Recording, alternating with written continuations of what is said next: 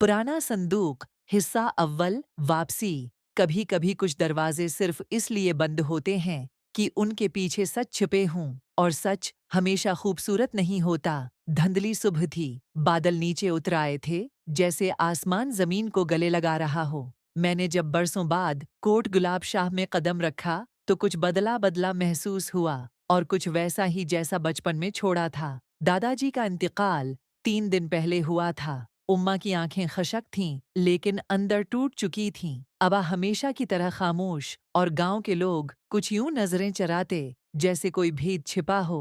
दादाजी हाजी मेरा गांव के सबसे बावकार शख्स थे। उनका कमरा हमेशा बंद रहता था, न कोई जाता न वो किसी को आने देते। मैं बचपन में कई बार झांकने की कोशिश करता, मगर दरवाजे की सुनहरी कंडी हर बार मेरे तजस्सुस को शिकस्त देती।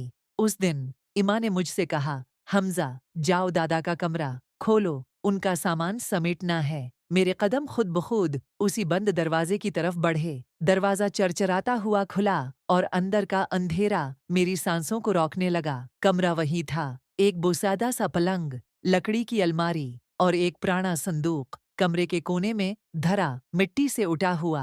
वो संदूक जैसे मुझे घूर रहा हो। मैंने ताला हिलाया, बंद था। इसी लम्हे मौला बख्श अंदर आया, दादा का वफादार पुराना मुलाजिम, जो बचपन से हमारे साथ था। इसके हाथ में एक जंग आलूद चाबी थी।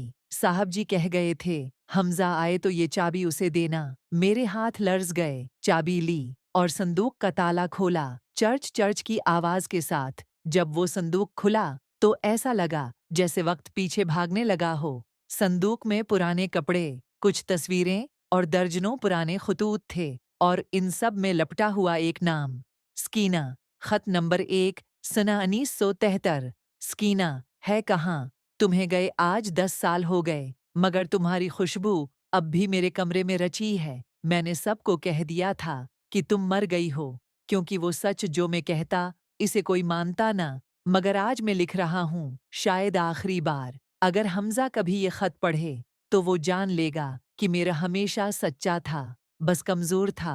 हाजी मेरे हाथों से खत गिर गया। ये कौन थी सकीना? और दादा ने उसे सबसे क्यों छुपाया?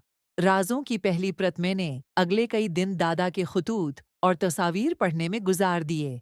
हर खत में दर्द था, नदामत और एक अधूरी मोहब्बत की गूंज। तस्वीर में एक नौजवान औरत थी, जिनकी आंखों में ख्वाब थे और माथे पर तल। अम्मा ने तस्वीर देखी और फौरन पहचान गई। ये तो सकीना है, वो जो तुम्हारे दादा की जिंदगी में कभी थी। मगर उसे तो क्या उम्मा, क्या उसे मार दिया गया था? मैंने तेजी से पूछा। नहीं, अम्मा ने नजरें चरा लें। बस ये समझ लो, वो गई थी और फिर कभी वापस न आई। अब बात महज एक पुरानी मोहब्बत की नहीं रही थी। कुछ तो था, कुछ बहुत गहरा, जो 3 नस्लों से छिपा हुआ था। गांव की सरगोशियां में गांव के बुजुर्गों से मिला, खामोश चेहरों से, जिनकी आंखों में पुराने वक्तों की गर्द बैठी थी। बाबा सदीक ने कहा, हाजी मेर की मोहब्बत, वो तो सकीना थी।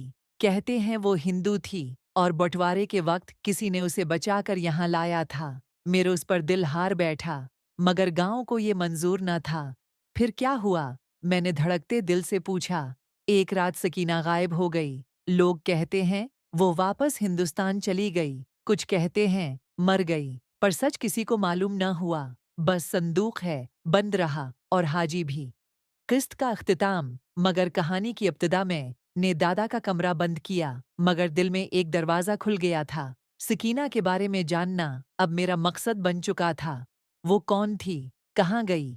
क्या दादा कसूरवार थे, या वो सिर्फ एक खामोश आशिक थे जो वक्त के हाथों हार गया? और सबसे अहम सवाल, क्या सकीना अब भी जिंदा थी?